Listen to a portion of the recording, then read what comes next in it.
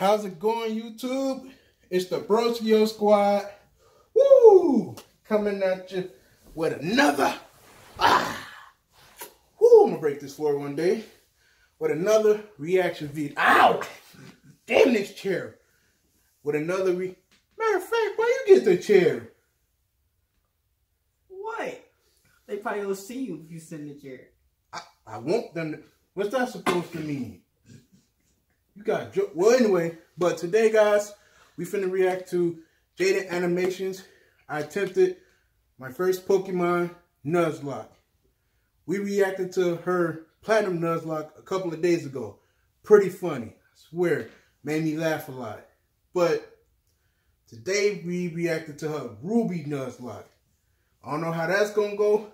I hope she don't get critical hit it like last time, because that was just terrible. But without further ado, we finna get into it. The original link to the video gonna be in the descriptions. Without further ado, let's get it. You ready? How the hell the headphones are even over your ears? Yeah. The fudger sticks? Hey, motherfucker, you got some weird headphones. Alright, without further ado, let's get into it. Come on, Jaiden. Let's see what you got this time. Bada boop. What the fuck? Ah, damn it. I pressed play, but then it messed up. Okay, this time for sure. Bada boop. Within the Pokemon community, there's a set of self-imposed rules you can add to the games to make them more challenging, called a Pokemon Nuzlocke. You can only catch the first Pokemon you run into per route. Okay. If a Pokemon faints, it dies and you can't use it anymore. And you have to nickname your Pokemon to get more attached to them. That means if you aren't careful, you can technically lose a Pokemon game under those conditions. I've wanted to do a Nuzlocke for the longest time. I've started a couple in the past, but never actually got to finish any because busy. But today's the day that all changes. I decided to make a video on my first full attempt at a Pokemon Ruby Nuzlocke. Let's see how it went. After breaking free from the back of the moving truck my mom stuffed me in and introducing myself to the neighbor Brendan, the kid that I always thought was a monkey said that he heard screaming up ahead. Professor Birch is getting mauled by a level 2 Poochyena, so I let his Torchic out and she scratches the crap out of it. He gifts me Torchic for rescuing him, and I name her Teriyaki, my first Pokemon. Walking up the route more, I run into Brendan, who challenges me to a battle, where Teriyaki proceeds to also scratch the crap out of his Mudkip. Good job, Teriyaki. You're 2 for 2. Doing great. Professor Birch gives me 5 Pokeballs, and the Nuzlocke has officially started. I walked back up to catch my first Pokemon and ran into a Zigzagoon. Alright, not the best, but I can work with this. You know, I think we're gonna have a really awesome adventure. Dude! So Teriyaki one-shotted Zigzagoon with a critical hit scratch, but already started with the contain your critical murder hits. a little bit, alright, guy? Route 102 is right around the corner, and that's where I was able to catch Corn the Seedot. Look at us, couple of friends ready to take on the Hoenn region together. After watching the weird kid Wally struggle to catch his first Pokemon, I continued on to Route 104 and found a little Tailo in the grass. Aggressive and screams and hungry? Oh yeah, I know your name. In Petalburg Forest, a Team Magma grunt jumps some random professor, so Ari and Teriyaki peck his eyes out. Oh, hello, Shroomish. I'm gonna name you Onion. I make it to Rustboro, and while getting ready to take on Roxanne's gym, Teriyaki kills another Zigzagoon I was about to catch. What's your problem with Zigzagoons, dude? But it turned out alright, because she also ended up evolving. Onion was able to destroy Roxanne with ease, and we got our first gym badge. Exiting the gym, we catch a glance that Team Magma is up to no good again. Something about the scorching earth or something. And this old man exclaims that they stole his Pico. Here's your dog. Also, you're coming with me. The mayor thanks me by turning me into his errand boy, and I arrive in Dewford to give a letter to Stephen. Alright, what do we got? Ugh. Okay. Well, that was cute. Chomps. After finding Steven, it was time to take on Brawly, the next gym leader. Ari's a stone-cold killer and easily earned MVP in that fight. Things were going well. 2 badges in, and the team is looking good. On my way to the next city, I caught a tentacle on the beach. Squidward. And after beating Team Magma and Brendan again in Slateport, it was time again to get ready for the gym battle with Watson. But as I was fighting some trainers, Chomps the Mawile got electrocuted a bit too hard and was killed. Jaiden, let's battle. I want to show you how strong I am. Okay. Ari, this is an electric gym. You're not allowed to fight in here, so you can just wait outside. That's gotta be lonely. While battling the gym trainers, Onion evolved into Breloom, and together with Teriyaki, they were able to get another victory. Now we were riding high. 3 gym badges in and no main casualties. With our massive confidence, we decided to take on the Winstraight family's challenge of beating all their family members. I had Squidward out front to get him some experience, but we ran into some troubles with Grandma. Oh god, it's gonna do a high jump kick. We can take him out, but I need a clean switch first. Not with, please! Don't do it! Don't! I can't wait. So I had to sacrifice Hushchild the Whismer, but honestly that was the safest move to ensure no one else died. Goodbye, Hushchild. You might be missed. While we were heading to Fall Arbor, fighting some trainers, Ari evolved. Oh, look at my big bird. Oh, look at you. We were almost to town, but we had to get through the sooty grass on 113.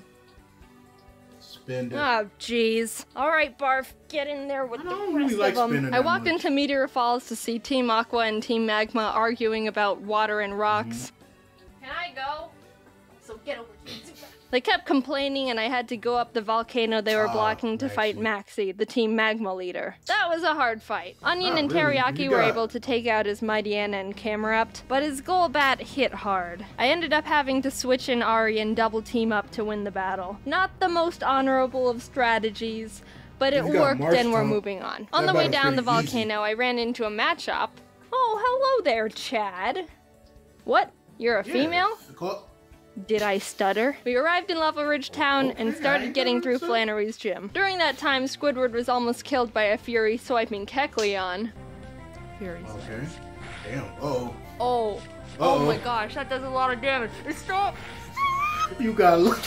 But when it came time to battle, he pulled his weight and more. Honestly, with the team, there wasn't much I could have done to Flannery's fire Pokemon, but Squidward came in clutch by learning Bubble Beam, and it was all over for her. Badge 4, under our belt. Okay, Brendan met up with us outside the gym to give us goggles so we could walk in the sandstorms. I found a claw fossil, and Anorith was born. I didn't know what to name it, so my friend named him Gary. Now it was time for the 5th gym. After some training, Chad evolved into Machoke, and the team was leveled up. I started the battle with Ari, and after realizing I was in trouble... Bro, he was annoying. That ain't finna do nothing. Yeah, that doesn't do a lot of kill damage. Ari. I thought it was from a one-shot. I managed to squeak by with more double teams. Ari was barely able to take out the first slacking, so when the second, stronger one came out, I knew I had to use a different strategy. I brought out Onion to leech seed it and try and get more chip damage in, which worked, but he was also killed by Slacking's Facade, which I thought he could take. Chad was able to finish off the rest of the fight, but that was the first death that actually hurt. I'm not crying. Someone's just chopping onions in here. But with every down, there's an up. And Corn stepped up and was ready to fill Onion's spot. While passing through Mauville again, Watson asked us to help him turn off the city's generator. And while down there, I found a Magnemite. You wanna come with? Okay. We kept on our way, catching Spurky the Electrike, and while fighting some trainers, Corn survived 2 very close calls. He took a Swords Dance boosted Fury Cutter by Ninjask, and a misclick from me, which resulted in him tanking a wing attack from a Talo. No. I should have killed him though, but that thing must be defensive. Dude, Corn, I'm so sorry. You're such a trooper. Good news is Squidward evolved while training, so that's neat. We arrived in Fortree City, and this was a gym I was really nervous about. Not only did we not have a good team to take on a flying-type gym, but Winona's Altaria is notorious for sweeping teams if she sets up too many dragon dances. I went to the grass to train up the team, and the worst happened. Corn was killed by Pin Missile from a Zigzagoon. Wait, Wait, no. Stop. Corn. At least it wasn't a crit. Corn, no, Corn! You monster! How could you do this? Is this why you kept trying to kill all the Zigzagoons? I want to think that Corn sacrificed himself because he knew we were at too much of a disadvantage going into Winona's gym, and by opening up a space, we could get the type advantage we needed to stand a chance. With a heavy heart, I brought Zip Zap Zop the Magnemite to the team, and realized how much more grinding I was gonna have to do. I had to fight so many Merrills to get Zip Zap Zop on par with the rest of the team. You want to know how many? The move Thunderbolt can be used 15 times before it runs out. And I had to go back to the Pokemon Center almost 6 separate times to refill it. Meaning Zip Zap Zop killed more than 80 Merrill that were living in that lake. Winona led with Swellow, which Zip Zap Zop was able to take out. But she immediately brought out Altaria, which made me very scared because I know she's got Earthquake on that thing. I didn't have a clean switch, and I knew no one on the team could take 2 hits from this Cloud Bird. So I ultimately decided that I'd have to have Zip Zap Zop paralyze it in exchange for his death. Goodbye, Zip Zap Zop. You weren't here for long, but your efforts will not be in vain. Ooh, it survived! Oh my god! Somehow Zip Zap Zop lived the earthquake on 2 HP like a mad lad. Corn must have been looking down on us for that one, because there was definitely a 90% chance Zip Zap Zop was supposed to die there. With that string of luck, I was able to switch Ari in for Zip Zap Zop to predict another earthquake, and started chipping away at the Altaria, which was not gonna be easy. She was already starting to stack up those dragon dances, which make her moves even more powerful, and I was legitimately sweating. But with what little luck we had left, Winona got greedy and tried to get in that last dragon dance, and that's when Ari was able to swoop in and snipe that kill. If that Altaria would have decided to attack at any point, she would have one-shotted anyone and everyone on my team. Thank you, Corn. You shined your photosynthesis onto us. From there, I was able to heal up Zip Zap Zop and sweep the rest of her team. The 6th gym badge was ours.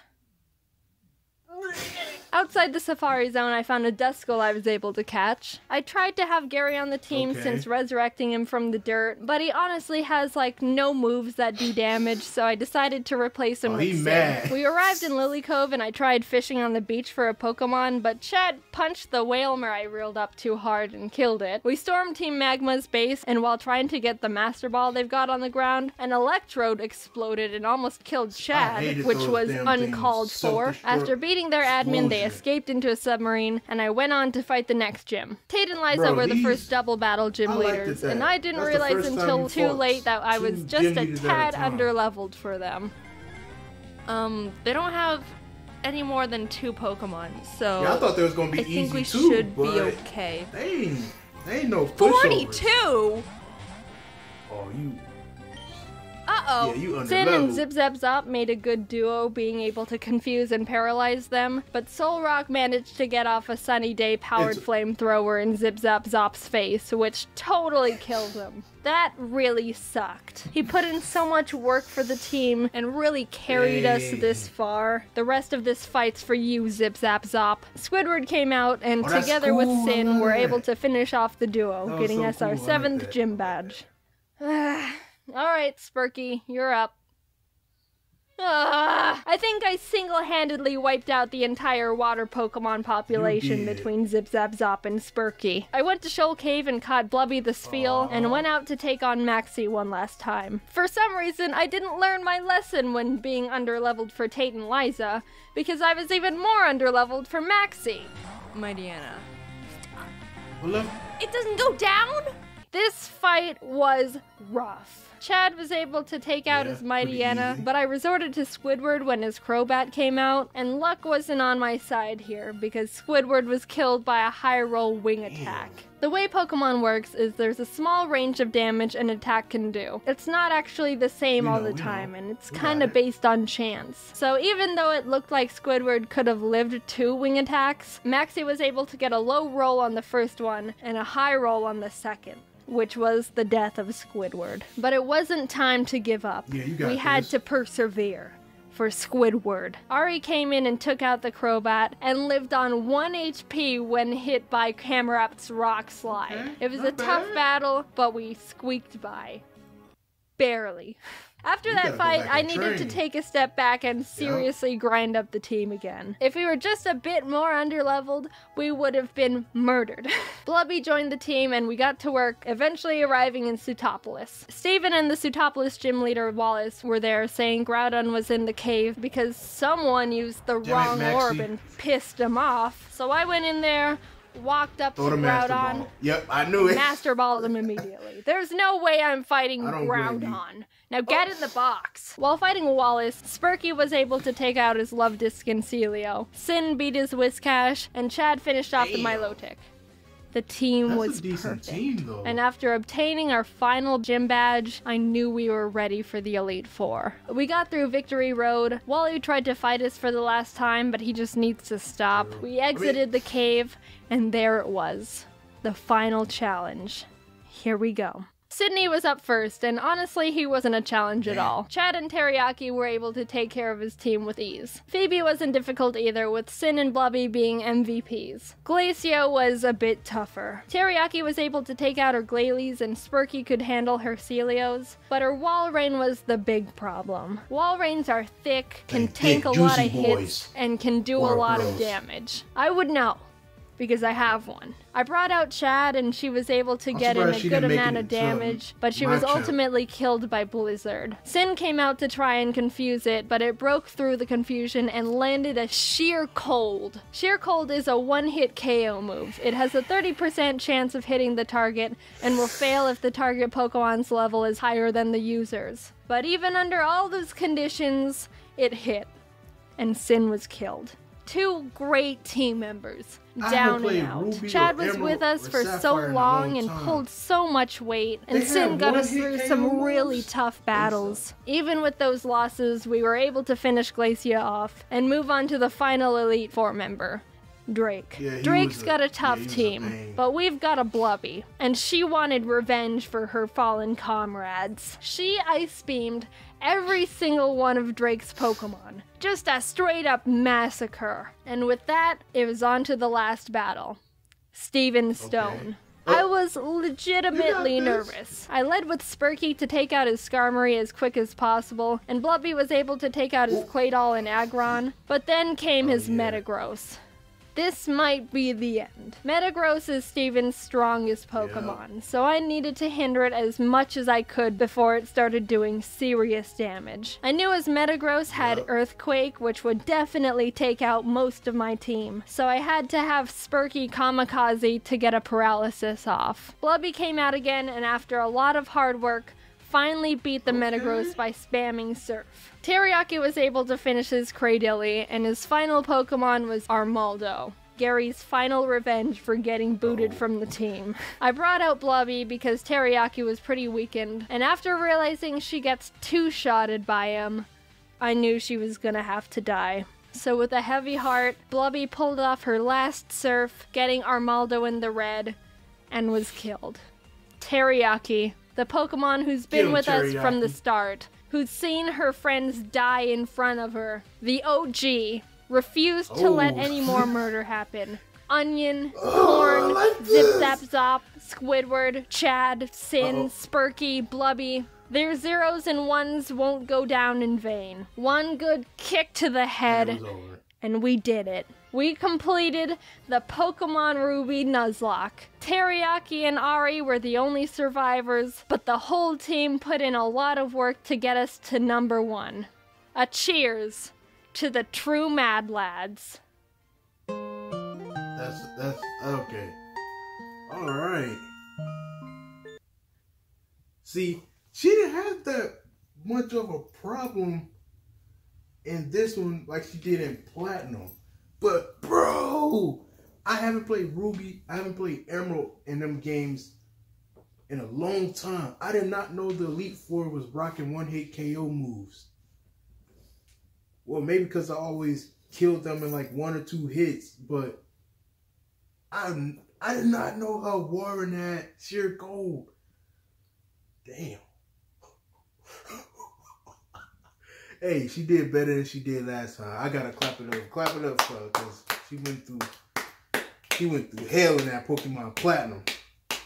But anyway, I hope she do another one of these. Like maybe Sword and Shield or X and Y or Sun and Moon version. That'd be pretty funny. But that's it for our reaction to Jaiden Animations, her first Nuzlocke video. Whew, I enjoyed it. You liked it? Yep. I'm just looking beautiful. I'm just kidding. But thank you guys for watching. We'll catch you guys next time. Peace.